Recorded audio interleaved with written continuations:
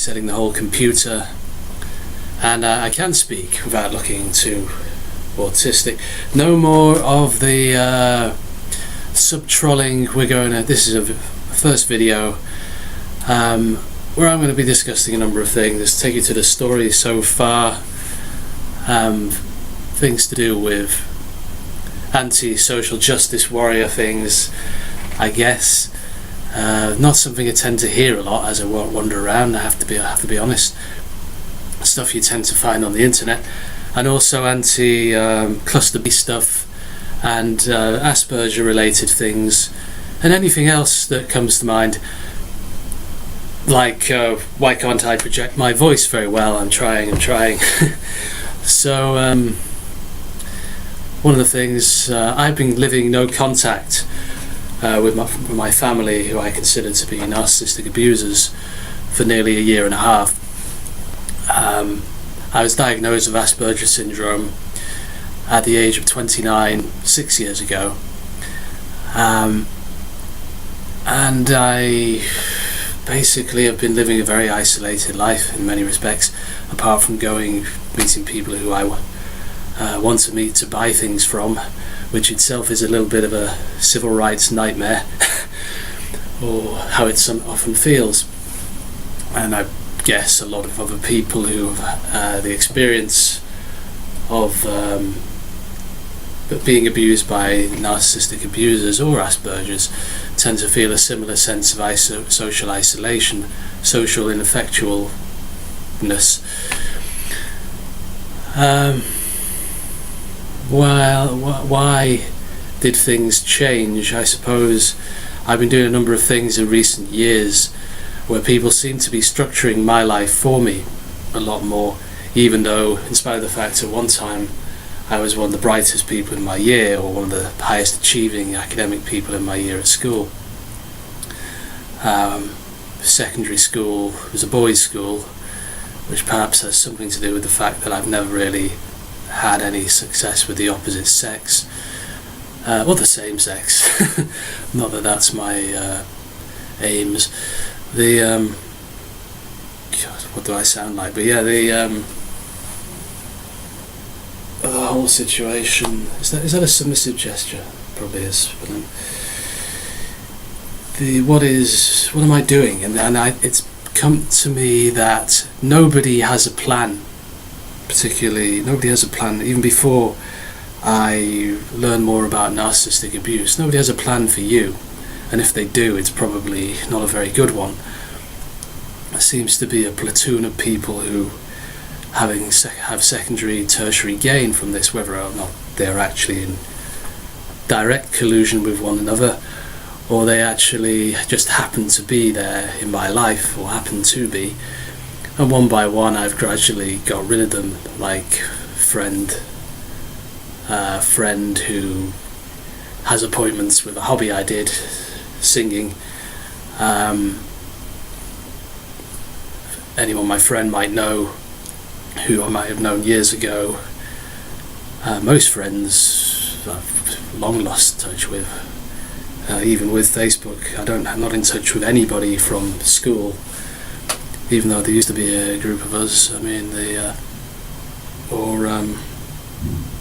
apart from one friend, my oldest friend, who is probably the least like me academically. I don't know if that's a common phenomenon amongst people who have these conditions, that they end up having friendships with people which are somewhat ironic, and then spend years wondering why it doesn't end or does end, and if it should, sort of soul searching. But more on friendship another time, I guess.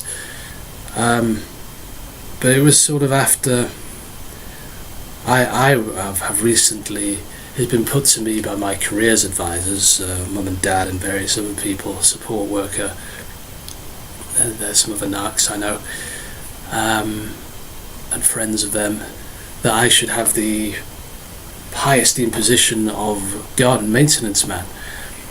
Haven't actually learned to drive yet. That would have helped me to do that.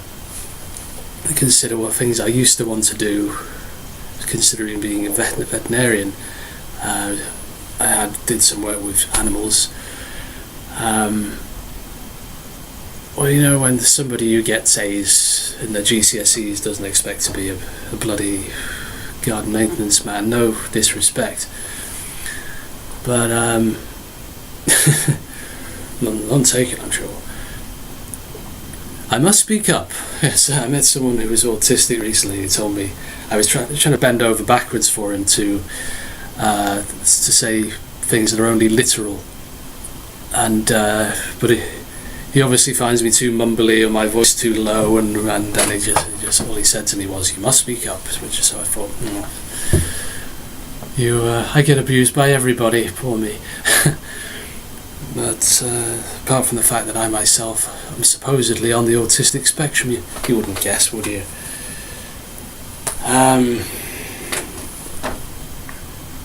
So it was after I had a bit of a sour encounter with my best friend, who is married and seems to have an awful marriage, to be honest with you. Had an awful marriage for 14 years now, probably.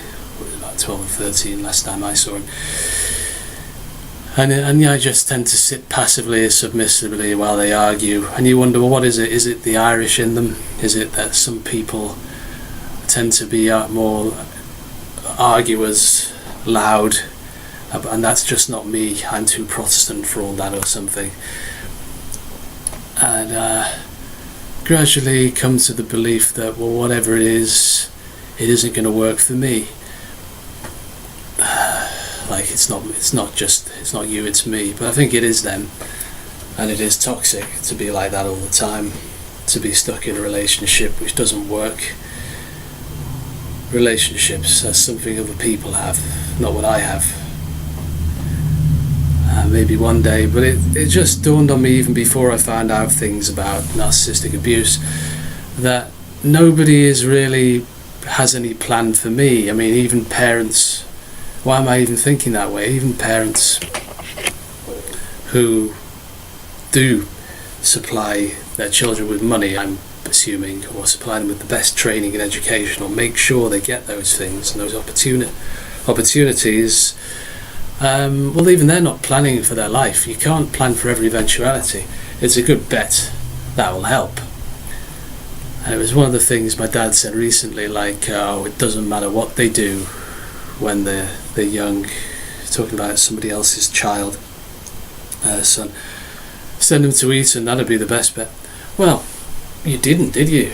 I mean, maybe not Eton, but you didn't send me to fee-paying school.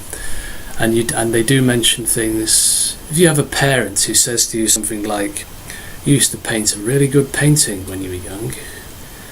I like to keep it," but you realise you didn't pursue art.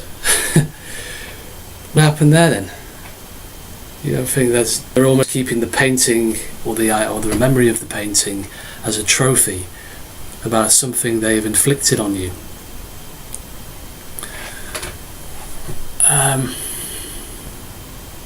What am I going to do with my life apart from take benefits for having Asperger's syndrome? Comments below, if possible. There'll be more videos. Sayonara.